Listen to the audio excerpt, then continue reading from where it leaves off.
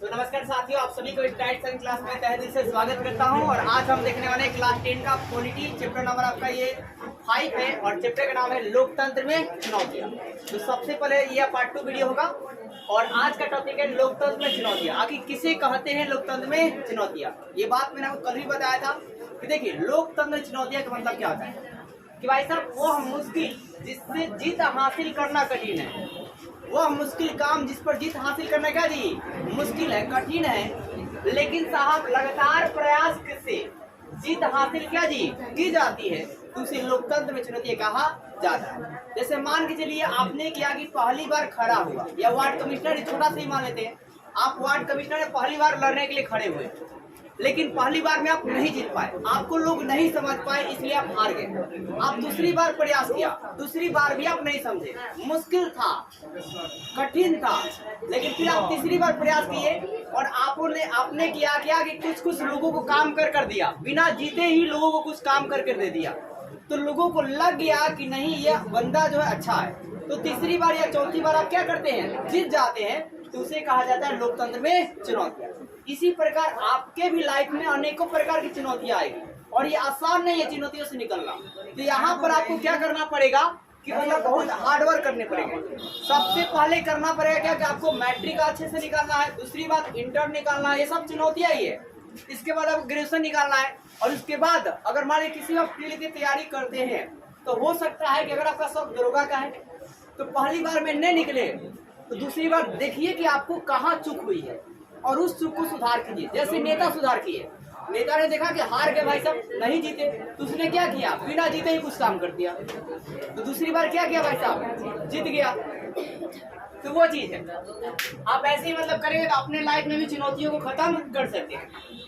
तो इसलिए ध्यान से चुनौती, लोकतंत्र में चुनौतियों का आपको याद नहीं करना है कि मतलब ऐसा मुश्किल काम जिसको आपका जीत हासिल करना भी कठिन है, लेकिन अगर आप लगातार प्रयास करते हैं तो जीत हासिल कर जाते हैं, तो उसे लोकतंत्र में चुनौतियां कहा जाता है। एक आप उदाहरण लिखिएगा तो और भी अच्छा रहेगा पेपर में, कि है क्या कि एक इंसान था जो आपका किसी पार्टी से खड़ा होता है, लेकिन पहली बार में वो नहीं जीतता है, फिर वो दूसरी बार में भी नहीं जीतता है, और जीतने से पहले आपका होता है क्या कि जब वो नहीं जीतता है तो देखता है कि मेरे में क्या कमी है, वो अपने कमी में कुछ सुधार लाता है, और फिर क्या होता है कि तीसरी बार या चौथी बार में वो बहुमत से क्या जीत जाता है, बहुत सारे वोटों से जीत जाता है, जीत हासिल उसे मिल जाती है। उसी प्रकार अगर आपको सफलता बार बार मिल रही है तो देखिए कि क्यों मिल रही है और उस चीज को सुधार कीजिए और अपने में सफल कर सकते हैं। तो चलिए यहाँ पर बात करते हैं लोकतंत्र के समकक्ष चुनौती। तो सबसे पहले बात करते हैं लोकतंत्र के सामने जो है ना कितनी चुनौती है, तो 2 चुनौती है मुख्य रूप से, कितना जी 2 चुनौती है। पहला है लोकतंत्र को मजबूत करने की चुनौती। पहला क्या जी, लोकतंत्र को मजबूत करने की चुनौती, मतलब लोकतंत्र को आप मजबूत करते हैं कि नहीं करते हैं, ये सबसे बड़ा मैटर है। दूसरा बात है क्या लीजिए, पहला बात लोकतंत्र के विस्तार की क्या जी चुनौती, मतलब लोकतंत्र ना कितना आप विस्तार करते हैं, आपके गांव से लेकर पूरा शहर से लेकर देश से लेकर अन्य देशों में भी इसका विस्तार हो रहा है, इसे कहा जाएगा लोकतंत्र में क्या जी चुनौती। तो 2 बात याद रखिएगा, लोकतंत्र के विस्तार की चुनौती। विस्तार मतलब अपने एरिया को बढ़ाना, ठीक है, आपने यहाँ से खड़ा हुआ तो आपके फैंस लोग हो गए, ठीक है, गांव में, फिर गांव से आपका जिला में हो गया, जिला के बाद क्या हुआ जी राज्य में हो गया, और राज्य से क्या हुआ आपके देश में हो गया। इस तरह अपने लोकतंत्र क्या कर सकते हैं, प्रचार प्रसार कर सकते हैं। फिर आप है क्या लोकतंत्र को मजबूत करना। अब लोकतंत्र को मजबूत करने की चुनौती ये सबसे बड़ी चुनौती है कि लोकतंत्र मजबूत कैसे होगा, जब आप क्या होगा कि जो राजा आपके बनेंगे वो आपका ख्याल रखेंगे, क्योंकि लोकतंत्र किसे कहते हैं, लोगों के द्वारा चुने गए शासक जो शासन करता है, इस घटना को क्या बोलते हैं, लोकतंत्र। तो यहाँ पर लोगों का ही जब भला नहीं होगा अच्छे से, तो इसे क्या कहा जाएगा, लोकतंत्र नहीं कहा जाएगा। ये सबसे बड़ी चुनौती है कि लोकतंत्र को मजबूत करने की चुनौती। पूरी तरह से स्ट्रांग तभी माना जाएगा जब लोगों का पूरी तरह से भला होगा। अब अन्य प्रमुख चुनौती की बात करते हैं। तो सबसे पहले देखिए बात क्या है कि विधायिका, मैंने आपको बताया था कि सरकार के 3 अंग हैं, कितने अंग हैं, 3 अंग, एक विधायिका है, कार्यपालिका, एक न्यायपालिका, ठीक है। अब बात है क्या, हाँ विधायिका और कार्यपालिका और न्यायपालिका में तीनों में आपस में टकराव होने लगता है किसी मुद्दा को लेकर। तो यहाँ पर आपस में लड़ते झगड़ते रहते, ठीक है, किसी चीज को लेकर। फिर आपका है क्या, चुनाव में अंधाधुंध खर्च किया जाता है। दूसरा मैटर, चुनाव में क्या था जी, अंधाधुंध खर्च आप समझ सकते हैं कि अंधाधुंध खर्च कैसे हो सकता है। शराब बांटकर होता है, या पैसा बांटकर होता है, या चिकन खिलाकर होता है, या घर घर पहुंचाकर कुछ कुछ होता है, समझ रहे ना। तो ऐसे होता है। तो यहाँ पर दोनों लोगों को ध्यान देना पड़ेगा। आपकी जो मतलब क्या बोलते हैं, चेयरमैन हो, चाहे वार्ड कमिश्नर हो, चाहे मतलब राज्य सरकार हो, चाहे मतलब देश की बात है, तो वहाँ पर आपको हर एक इंसान को ध्यान देना चाहिए कि हमें किसी के 500 रुपया 1000 रुपया से कुछ होने वाला है नहीं, नंबर 1। और ना ही एक बोतल से पीने से कुछ होगा। क्या रोज रोज आपको थोड़ी ना देंगे, नहीं देंगे भाई साहब। तो इससे अच्छा है कि इसको आप इग्नोर मारिए। और साथ ही सरकार को भी देना चाहिए कि ज्यादा खर्च हम ना करें, जीते या हारे।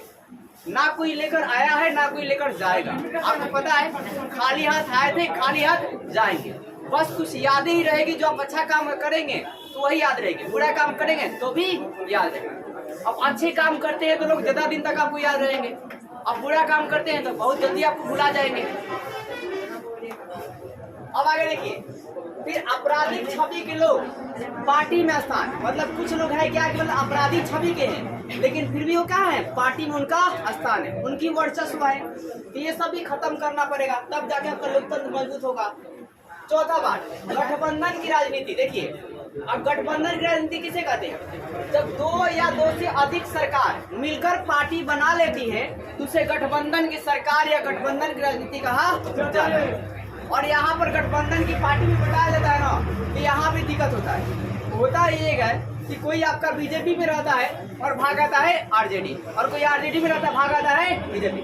तो ऐसे में क्या होता है, मतलब विश्वास जो है ना खत्म हो जाता है लोगों के प्रति, और फिर आपका मतलब उस पार्टी के प्रति, दोनों विश्वास क्या खत्म हो जाता है। अब आगे देखिए, महिलाओं की राजनीति में कम भागीदारी, मतलब महिलाएं जो है ना कम भागीदारी लेती है। मतलब भारत के लोकतंत्र में जो आपका है राजनीतिक पॉलिटिक्स में महिलाएं क्या जी कम भाग लेती है। इसलिए जो नीचे का आपका है ना बनाने का, इसलिए उसमें गवर्नमेंट ने ऐसा रूल बना दिया है कि खासकर महिलाएं क्या भाई साहब खड़े होंगे। हालांकि मोहरा पति रहेंगे, उसका मोहरे कौन रहेंगे, पति। लेकिन आप प्रत्यक्ष रूप से आप देखिएगा कि खड़े कौन होती है, महिलाएं खड़ी होती है। आप देखेंगे मतलब वार्ड कमिश्नर हो, चाहे चेयरमैन हो, चाहे मुखिया ही हो, उनकी वाइफ अर्धांगिनी न खड़ी होती है। उसके बाद मोहरा के रूप में जिनका मतलब क्या बोलते हैं, जिनका मतलब फेस चमका हुआ रहता है, उनको सामने पेश किया जाता है। तो देखिए, मैं कहता हूँ ना कि मतलब फेस चमका हुआ होता है तो उनको सामने पेश करते हैं। तो आप देखिएगा मैक्सिमम जो नेता होते हैं ना, वो लोग उनसे कांटेक्ट आप रहते हैं जिनका फेस वैल्यू ज्यादा है। फेस वैल्यू मतलब जिनके फॉलोअर्स ज्यादा, जिनके अनुयायी ज्यादा, ठीक है। फॉलोअर्स जैसे आप इंस्टाग्राम में देखते हैं ना, उसको हिंदी में बोलते हैं अनुयायी, चाहने वाले। आप चाहने वाले मतलब आप उसको चाह रहे तभी ना आपने फॉलो किया है, मतलब उनकी बातों को पसंद करते हैं, उनकी बात को अच्छी लगती है। चाहना का मतलब सिर्फ नहीं कि मतलब अट्रैक्ट। अब आगे देखिए, और क्या है भाई साहब, जातिवाद। क्या जी, जातिवाद समस्या है, भ्रष्टाचार है, और क्या जी बेरोजगारी। जातिवाद, भ्रष्टाचार, बेरोजगारी से भी आपका लोकतंत्र मजबूत नहीं हो सकता है। ये सब खत्म करना पड़ेगा, तब जाकर लोकतंत्र क्या होगी, मजबूत। आगे देखिए, अब कुछ इंपोर्टेंट पॉइंट जो आपके 2 मार्क्स से पूछे जाते हैं। आतंकवाद किसे कहते हैं, आपसे पूछ देगा आतंकवाद क्या है या किसे कहते हैं। तो सुनिए साहब, धमकी, हिंसा, हत्या, हर वर्ड आपको समझ में आता है कि धमकी क्या होता है, ठीक है। हालांकि अब के जमाने में तो फोन पर धमकी बहुत कम दे सकते हैं, अगर आप बहुत बड़े मिलीनियर नहीं है तो धमकी, हिंसा, हत्या, और क्या जी अपहरण, और सार्वजनिक संपत्ति को नष्ट करके शासन पर अपनी बात मनवाने के लिए दबाव बनाना आतंकवाद कहलाता है। मतलब आप सरकार को धमकी देते फोन पर कि ये फलना, ये जो मतलब क्रिमिनल है ना उसको आप छोड़ दीजिए, तो आपको आतंकवादी कहा जाएगा। आप धमकी देते हैं मतलब जज को कि रातों रात आपकी बेटी को सफाया कर दूंगा अगर आपने न्याय नहीं किया तो, समझे क्या। तो मतलब इसको बोलते हैं क्या होता है, आतंकवाद। मतलब इस तरह आपका भाई साहब किसी को आपने किडनैप कर लिया, बोला कि इतना रकम नहीं देंगे, मतलब क्या बोलते हैं इतनी गवर्नमेंट आप इसको नहीं छोड़ेगी, इसको आतंकवाद कहा जाएगा। और खासकर ये पाकिस्तान में, मतलब पाकिस्तान के जो लोग होते हैं ना वो लोग करते हैं, कुछ आपके इसमें इंडियंस भी शामिल है, तभी जाकर आतंकवाद जो है ना बढ़ोतरी ज्यादा होती है। कोई एक अगर मतलब क्या होते हैं, आपने सुना है ना, ताली जो बजती है 2 हाथ से बज सकती है, एक हाथ से तो बज नहीं सकता, भाई बजाइए हमें। तो देखिए, सिर्फ पाकिस्तान के लोग नहीं बल्कि इसमें कुछ भारत के भी लोग मिले हुए हैं, कुछ दूसरे देश के मिले हुए हैं, ठीक है, कुछ मतलब अनेकों लोग मिले हुए हैं जिनको सिर्फ पैसा से मतलब है। तो आतंकवाद किसे कहते हैं? जिसे धमकी, हिंसा, हत्या, अपहरण और सार्वजनिक संपत्ति को नष्ट कर देते हैं और आप सरकार से बात मनवाने का प्रयास करते हैं तो उसे आतंकवाद कहा जाएगा। आतंकवाद को भी याद नहीं करना, बस कोई भी एक वर्ड याद उठा लीजिए कि धमकी देकर आप सरकार की बात को मनवाना चाहते हैं तो उसे आतंकवाद कहा जाएगा। या किसी को हत्या करने की आप सोच रहे हैं और सरकार से बात मनवाना चाहते हैं तो उसे आतंकवाद कहा जाएगा। या आप किसी को अपहरण कर लेते हैं और उससे फिर उसके बाद उसको कॉल करके बोलते हैं भाई साहब कि नहीं आप कुछ करिएगा तो इसको क्या करेंगे, ठोक देंगे या कुछ कर देंगे और अपने बात मनवाना चाहते हैं तो इसको भी आतंकवाद कहा जाएगा। अब ये है आतंकवाद। अब यहाँ है अलगाववाद, दोनों में अंतर है, ठीक है। तो अलगाववाद और नक्सलवाद तीनों को लोग एक ही तरह समझते हैं लेकिन तीनों आपका अलग अलग हिंसा है, ठीक है। एक आम आदमी, देखिए सुनिए ध्यान से, एक आम आदमी पैसों की फिरौती के लिए किसी का हत्या कर देता है, कुछ कर देता है तो वो इंसान आतंकवादी कहलाता है, ठीक है। और यहाँ पे है अलगाववाद। तो अलगाववाद क्या है कि अगर भाषा के नाम पर, चाहे जाति के नाम पर या धर्म के नाम पर आप उस एक देश में रहते हैं और उसी देश में एक अलग देश का डिमांड करने लगते हैं तो उसे अलगाववाद कहते हैं, मतलब अलग देश का मांग करते हैं। अलगाववाद मतलब अलग देश का मांग करते हैं, या तो जाति के नाम पर या तो धर्म के नाम पर या सब क्या जी भाषा के नाम पर। इसलिए भारत का जो संविधान में मॉडिफाई किया गया, जैसे देखिए बाबा साहब भीमराव अम्बेडकर जो पता ना आपको सारे गोलमेज सम्मेलन में गए थे, किस लिए गए थे? तो अपने अनुरक्षण क्या होते जी, अपने संरक्षण के लिए, अपने मतलब सेविंग के लिए आप बोल सकते हैं, अपने के लिए और अपने लोगों के लिए। उन्होंने जो आपका ध्यान दिए, जो अंग्रेज थे ना उनको जो है ना एक ही जगह मतलब बहुत सीट दे रहे थे, ठीक है। सारे को जितने भी यहूदी संप्रदाय के थे एक जगह थे। अगर वो एक जगह होते, सुनिएगा जरा ध्यान से, तो एक ही जगह उनकी जनसंख्या ज्यादा हो जाती और एक जगह उनकी जनसंख्या ज्यादा हो जाती तो वहां पर वो बहुसंख्यक हो जाते और बहुसंख्यक हो जाते अगर दूसरा कोई भी आता और थोड़ा भी बोलता तो वहां पर हंगामा हो जाता, वहां पर लड़ाई हो जाती, वहां पर हिंसा हो जाती और ऐसा हिंसा बढ़ते जाता तो फिर वो सरकार से एक अलग देश का डिमांड करते, बोलते कि मेरे को एक अलग देश चाहिए। इसलिए गांधी जी ने दिमाग चलाया। अब गांधी जी को फालतू में क्या बोलते हैं, उनको मतलब बदनाम करते कि ये नहीं किया वो नहीं, सिर्फ लास्ट एक कंडीशन को लेकर, बाकी सारे कंडीशन बेहतर है। तो गांधी जी ने कहा कि भैया देखिए मैं जानता हूँ बहुत पढ़े लिखे, बहुत महान है, बहुत आपके पास योग्यता है, ठीक है। तो भारत में उन्होंने समझाया कि बोला कि मैं आपको सीट अंग्रेजों जितना कहा है ना उससे भी ज्यादा दूंगा, लेकिन उन्होंने क्या किया, पृथक क्षेत्र दिया। पृथक मतलब कुछ यहाँ पर कुछ यहाँ पर, मतलब अलग अलग दिया ताकि दुनिया पूरे भारत में क्या जाए, जो जाति है वो क्या हो जाए, बढ़ जाए और इस तरह आपका बहुसंख्यक क्या जी एक जगह ना हो। उसके बाद जब संविधान लिखा रहा था तो फिर बाबा साहब भीमराव अम्बेडकर ने मतलब ये तय कर दिया कि जब यहाँ पर अल्पसंख्यक और बहुसंख्यकों के लिए नियम कानून बना दिया कि अगर कोई बहुसंख्यक किसी अल्पसंख्यक पर अपना वर्चस्व दिखाने का प्रयास करता है तो अल्पसंख्यक के द्वारा थोड़े सी FIR करने पर आपको बहुत बड़ा जुर्म जो है मतलब क्या है, जुर्म की तरह आपको मतलब कड़ी सजा जो है दिया जाएगा, जो बहुसंख्यक लोग होंगे। तो अगर आप कहेंगे किसी आपके गांव में अल्पसंख्यक है और किसी गांव में बहुसंख्यक, अल्पसंख्यक कहने मतलब किसी जाति के लोग ज्यादा हैं और किसी जाति के लोग कम हैं, तो वहां पर अगर कोई मतलब बहुजाति वाले लोग किसी कम पर अगर अपना पावर को दिखाने का प्रयास करते हैं ये कानूनन अपराध है और उन पर जो है अनेकों पर कार्रवाई जो है की जा सकती है। जमाना डिजिटल का है, बस डिजिटली उनको सोचना पड़ेगा जो अल्पसंख्यक है, इसलिए कहा जाता है पढ़िए। इसलिए बाबा साहब भी कहते थे कि पढ़िए। अब आगे देखिए साहब, नक्सलवाद की बात करते हैं। तो ये तो आपका हो गया अलगाववाद की भाषा के नाम पर, चाहे जाति के नाम पर, चाहे धर्म के नाम पर अगर आप अलग देश का डिमांड करते हैं तो उसे अलगाववाद कहा जाएगा। बहुत ही आसान है। अब देखिए नक्सलवाद की बात करते हैं तो लोकतांत्रिक व्यवस्था में विश्वास नहीं रखना। लोकतांत्रिक व्यवस्था क्या दी, विश्वास नहीं रखना, मतलब लोकतंत्र को बिलीव नहीं है। फिर आप कहे कि अपनी बात को मनवाने के लिए हिंसा का सहारा लेते हैं। हिंसा क्या करते जी, सहारा लेते हैं, उसे नक्सलवाद कहा जाता है। और जो व्यक्ति इसमें रहता है उसे नक्सलवादी कहते हैं। उसे क्या कहते जी, नक्सलवादी। मतलब वो नक्सलवादी क्या करते हैं, वो सबसे पहले किसी भी संविधान किसी भी लोकतंत्र को नहीं मानते, नंबर 1। दूसरी बात आप कहा क्या कि अगर उन्हें किसी बात को मनवाना है तो किसी को किडनैप कर लेंगे और उसका हत्या करने का मतलब वही आतंकवादी जैसा ही मान लीजिए, लेकिन उससे भी डेंजर आप बोल सकते हैं। नक्सलवादी को आप आतंकवादी से भी डेंजर बोल सकते हैं, समझ रहे? ये तो थोड़ा बहुत डरते भी हैं, समझ रहे? और ये थोड़ा मतलब बहुत हाई क्वालिटी की एजुकेशन भी इनके पास रहती है, समझ रहे? जो ये आतंकवादी है ना इनके पास हाई क्वालिटी के कुछ एजुकेशन ही होती है, क्योंकि आतंकवादी दो किस्म बनते हैं, या किसी देखिए अगर कोई बंदा बहुत ज्यादा पढ़ रहा है और उसे किसी समाज में बहुत ज्यादा टर्चर हो गया, तो वैसे परिस्थितियों में वही बंदा आगे चलकर निकलकर आतंकवादी निकलता है। और यकीन मानिए आपने उसके 10 खंडा मतलब 10 लोगों को मारा होगा, वो आपके 4 पुस्तकों को मार सकता है आतंकवादी बनने के बाद। इसलिए किसी को इतना जलील नहीं करना चाहिए वो मतलब बहुत ज्यादा मजबूर हो जाए कुछ बनने के। वैसे तो मेरी सलाह है कि आतंकवादी नहीं बनना, क्योंकि गलत के साथ गलत होता है। तो नक्सलवादी भी एक तरह के आपका आतंकवादी होते हैं।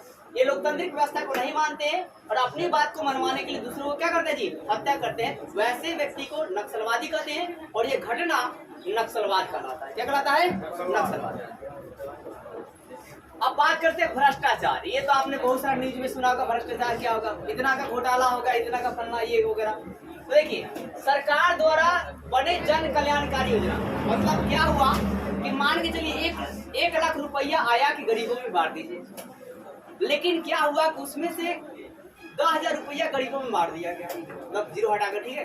10,000 रुपये का जी गरीबों में क्या जी बांट दिया गया और 90,000 अपने में पॉकेट में रख लिया गया।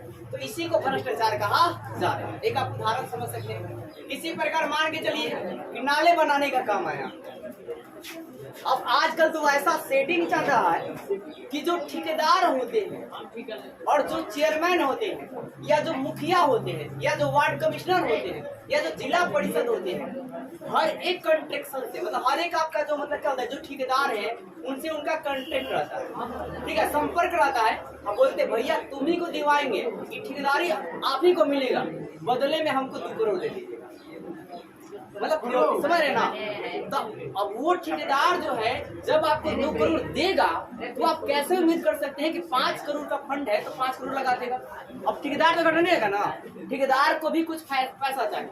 तो ऐसे में ठेकेदार क्या करता है साहब कि मतलब सुनिए कि वो क्या करेगा कि सबसे पहले सीधा कम से कम 1 करोड़ बचाने का प्रयास करता है और 2 करोड़ में नाला वाला जो भी सड़क बनाने का प्रयास काम होता है उसको जैसे का मन करता है तो वैसे बना देता है।